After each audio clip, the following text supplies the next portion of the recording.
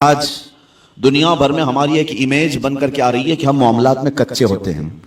مسلمانوں کے ساتھ لوگ لین دین بند کر چکے ہیں, تجارت کرنے میں ہچکچاتے ہیں. ایک دو جگہ نہیں, بہت ساری جگہوں پر میں نے یہ بات اپنے کانوں سے سنی. لوگ کتراتے ہیں. کیوں؟ بہت سارے لوگ تجارت کرنے پر لگے تو ہیں, ان کی داڑیاں بھی ہیں, ٹوپیاں ہیں, لیکن وہ جھوٹ بولتے ہیں اور سامنے والے کو دھوکہ دیتے ہیں. میں سب کی بات نہیں کرتا, لیکن چند لوگوں کے اس طرح کی حرکات سے اسلام اور مسلمانوں پر ایک عظیم دھبا ہے. اور یہ بھی فرمایا گیا کہ جب معاملات میں تم کچے ہوگے تو آزمائش میں مبتلا ہو جاؤ گے, مصیبتوں میں گرفتار ہوگے اور برکت اٹھا لی جائے گی. جھوٹ بول کر کے آدمی کتنا کما لے گا, لیکن اس میں برکت نہیں ہے. نبی پاک صلی اللہ تعالیٰ علیہ وسلم ہمارے لیے سب سے بہترین اسوہ ہیں, بہترین آئیڈیل ہیں. معاملات میں اللہ کے حبیب صلی اللہ تعالیٰ علیہ وسلم نے جو کردار اختیار فرمایا ہے وہ رہتی دنیا تک اس کی مثال کوئی نہیں پیش کر سکتا. اور اسی اسوہ پر, انہی کے نقش قدم پر چل کر صحابہ اکرام رضوان اللہ علیہ مجمعین نے دنیا میں اپنے ایک عظیم اخلاق پیش کیے معاملات کے بارے میں. چاہے وہ پڑوسیوں کے معاملات ہوں, چاہے وہ لین دین کے معاملات ہوں, چاہے وہ عدالت کے معاملات ہوں, بندوں کے حقوق کے سلسلے میں صحابہ بہت الرٹ تھے, بہت ہی زیادہ الرٹ تھے.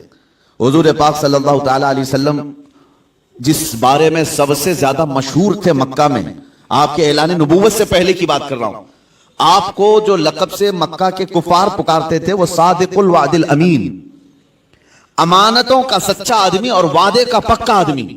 حضور پاک صلی اللہ تعالیٰ علیہ وسلم کو اس لقب سے وہ پکارتے تھے, سچ بولنے والا اور اپنے وعدے کا پکا آدمی.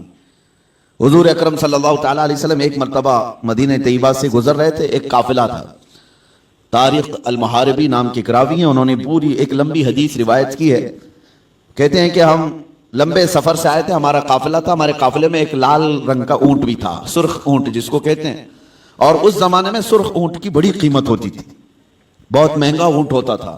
حضور پاک صلی اللہ تعالیٰ علیہ وسلم کا گزر وہاں سے ہو رہا تھا, آپ رک گئے, ان لوگوں سے خیر خیریت پوچھی, کہاں سے قافلہ آ رہا ہے, کہاں جا رہا ہے. اور پھر اس کے بعد اس اونٹ کو نبی پاک صلی اللہ علیہ وسلم نے دیکھا اور پسند فرمایا, اور ان سے کہا کیا تم یہ اونٹ مجھے بیچو گے؟ اس قافلے والوں نے کہا ہم بیچیں گے. قیمت کتنی ہے؟ ان لوگوں نے بتایا اتنی کھجوریں, یعنی ہم باغیچے کی اتنی کھجوریں لیں گے. انہوں نے ایک قیمت بتائی. حضور پاک صلی اللہ تعالیٰ علیہ وسلم اس پر راضی ہوئے, کہا کہ ٹھیک ہے, اتنی کھجوروں پر میں راضی ہوں, اونٹ میرے ہاتھ دے دو. ان لوگوں کا جو قافلے کا امیر تھا اس نے اونٹ اٹھایا اور حضور کے ہاتھ دے دیا. اس وقت رسول پاک صلی اللہ علیہ وسلم کے پاس نہ کھجوریں تھی, نہ کوئی سامان تھا, لیکن حضور اونٹ کی رسی اپنے ہاتھ میں لیے اور مدینے کی طرف چل پڑے. قیمت تو ادا نہیں ہے. ان لوگوں میں سے کسی نے پوچھا بھی نہیں.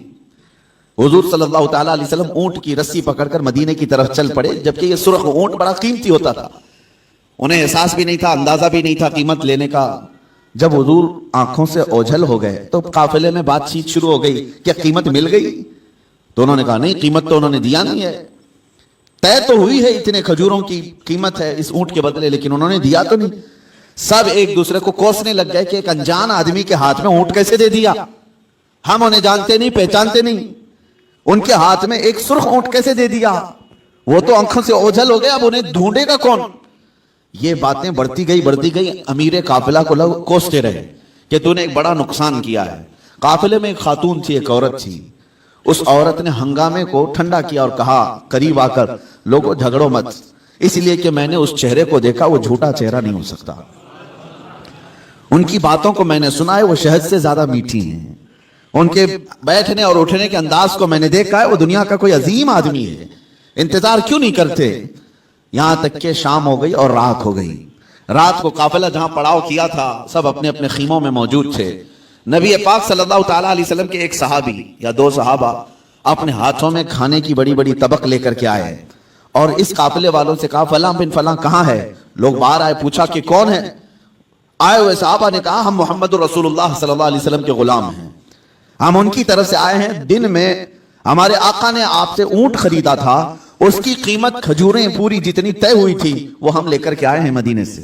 وہ کھجوریں پوری لا کر کے دیا اور کہا رسول پاک صلی اللہ تعالیٰ علیہ وسلم نے ساتھ میں ہمیں تمہارے پورے قافلے کے رات کے کھانے کا بھی انتظام فرمایا.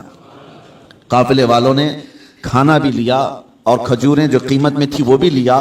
یہ عرب میں اس طرح کا پہلا واقعہ تھا, ورنہ جو نظروں سے اوجھل ہو گیا وہ ہمیشہ کے لیے ختم ہو گیا.